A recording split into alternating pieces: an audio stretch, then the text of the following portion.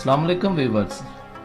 आज की वीडियो में हम बात करेंगे अर्तुगरुल गाजी कौन था और सल्तनत उस्मानिया का आगाज़ कहाँ से हुआ। पाकिस्तान में तुर्की के मशहूर ड्रामा अर्तुगरुल गाजी को पहली रमज़ान से नशर किया जा रहा है। इसकी मकबूलियत का अंदाज़ा इसी से लगाया जा सकता है कि पीटीवी पर शहरों और गाँव के लाखों सार्फिन ने इसे देखा। हैरान कुन बात यह है कि पीटीवी के यूट्यूब चैनल पर भी अब तक 50 लाख से ज़ायद लोग देख चुके हैं और 50,000 से ज़ायद सार्फिन ने एक ही दिन में इसे सब्सक्राइब किया। इस ड्रामे की मकबूलियत का अंदाज़ा इसी से लगाया जा सकता है कि वज़ीर आज़म इमरान खान भी इसके मद्दाह हैं और इसमें दिखाई गई इस्लामी तहजीब की तारीफ कर चुके हैं। सल्तनत उस्मानिया की बुनियाद 14वीं सदी के अवाइल में रखी गई और 20वीं सदी में ख़त्म हुई। इस दौरान एक ही खानदान से ताल्लुक़ रखने वाले 37 सुल्तान इस मसनद पर फाइज रहे।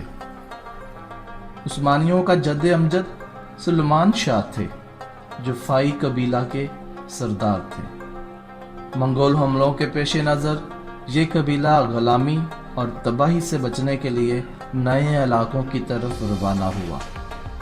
सुलेमान शाह शाम में दाखिल होते हुए दरियाए फुरात में डूब गए। उनके 2 बेटे वापस चले गए, जबकि अर्तुगरुल ने मगरब की तरफ अपना सफ़र जारी रखा और अनातोलिया के इलाके में दाखिल हो गए, जहां सल्जूक हुक्मरानों ने उनकी मदद के बदले में अनातोलिया के मगरबी इलाके में ज़मीन दे दी। अर्तुगरुल 1280 में चल बसे और क़यादत उनके बेटे उस्मान को मिल गई। अर्तुगरुल को जो ज़मीन अता की गई, इस इलाके को सौगत के नाम से पुकारा जाता है। इसमें आज भी अर्तुगरुल के नाम की छोटी सी मस्जिद और एक मज़ार है।